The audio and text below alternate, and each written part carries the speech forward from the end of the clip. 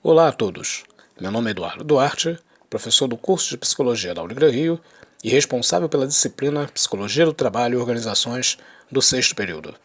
Esse vídeo irá trabalhar o tema Cultura Organizacional, cujo texto 3 já se encontra disponível no AVA. Acompanhe conosco essa aula e bons estudos.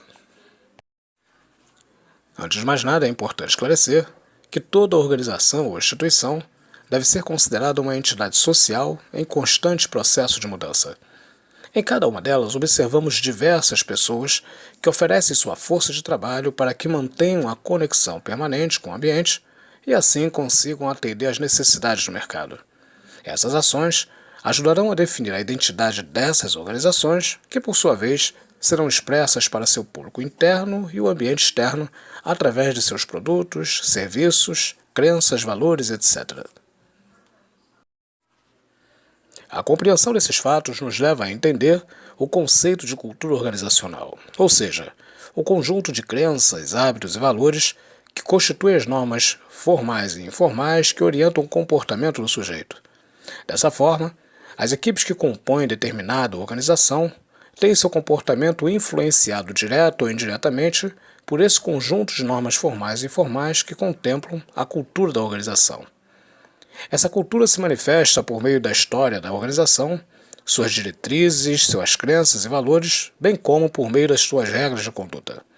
Todos esses elementos que contemplam a cultura organizacional influenciam diretamente o comportamento e as reações de cada sujeito e, por conseguinte, de todas as equipes que a compõem.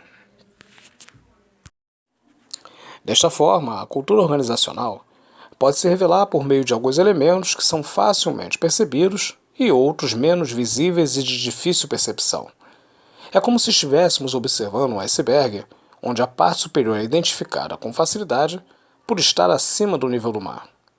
Uma outra camada mais submersa se encontra mais oculta aos nossos olhos, justificando assim a camada de difícil percepção. A camada mais visível dá-se o nome de artefatos, enquanto os elementos mais submersos são reconhecidos como valores compartilhados e pressuposições básicas. A partir de agora, daremos atenção especial a cada um desses elementos, mencionando os seus significados e sua representatividade junto às organizações. Vamos começar nossa análise apresentando os artefatos. Esses artefatos constituem, na verdade, o primeiro nível da cultura organizacional e o mais superficial e visível de toda a sua estrutura. São as coisas que cada um vê, ouve e sente quando se depara com a organização e incluem também produtos, serviços e os padrões de comportamento de toda a equipe.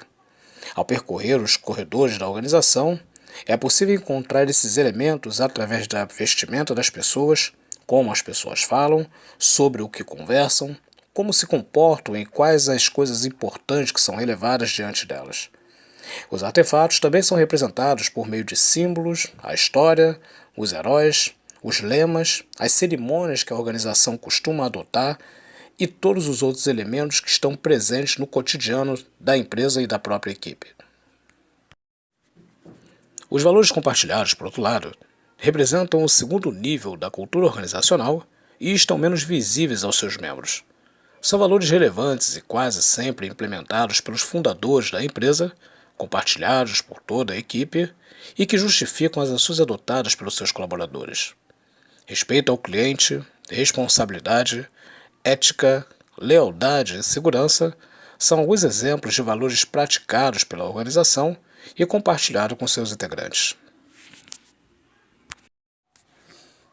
Os pressupostos básicos, por fim, constituem o terceiro nível da cultura organizacional e, sendo assim, o mais profundo e mais oculto de sua estrutura. São crenças inconscientes, percepções, sentimentos, pressuposições dominantes em que os membros da organização acreditam de fato. Muitas empresas definem seus fluxos de trabalhos e procedimentos por meio de pressuposições que jamais foram escritas ou sequer faladas. Um exemplo disso é quando um determinado funcionário solicita o auxílio de um profissional de informática para resolver problemas com a impressora e esse suporte ocorre depois de 2 ou 3 horas de sua solicitação. E exemplos como esse, apesar de não termos uma definição pré-escrita de como deve ser o procedimento de trabalho, paira pela mesma empresa um procedimento não escrito que prevalece junto a essa solicitação, retardando assim o fluxo das atividades e a solicitação do seu cliente interno. Ao seguirmos essa linha de raciocínio, percebemos que toda organização apresenta duas faces distintas e ao mesmo tempo interrelacionadas. Uma denominada organização formal e outra denominada organização informal.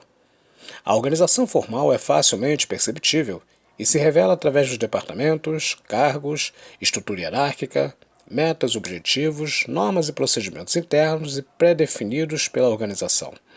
Está estreitamente ligada aos artefatos e, sendo assim, retrata o modus operandi que deverá ser adotado pelas equipes em suas rotinas de trabalho.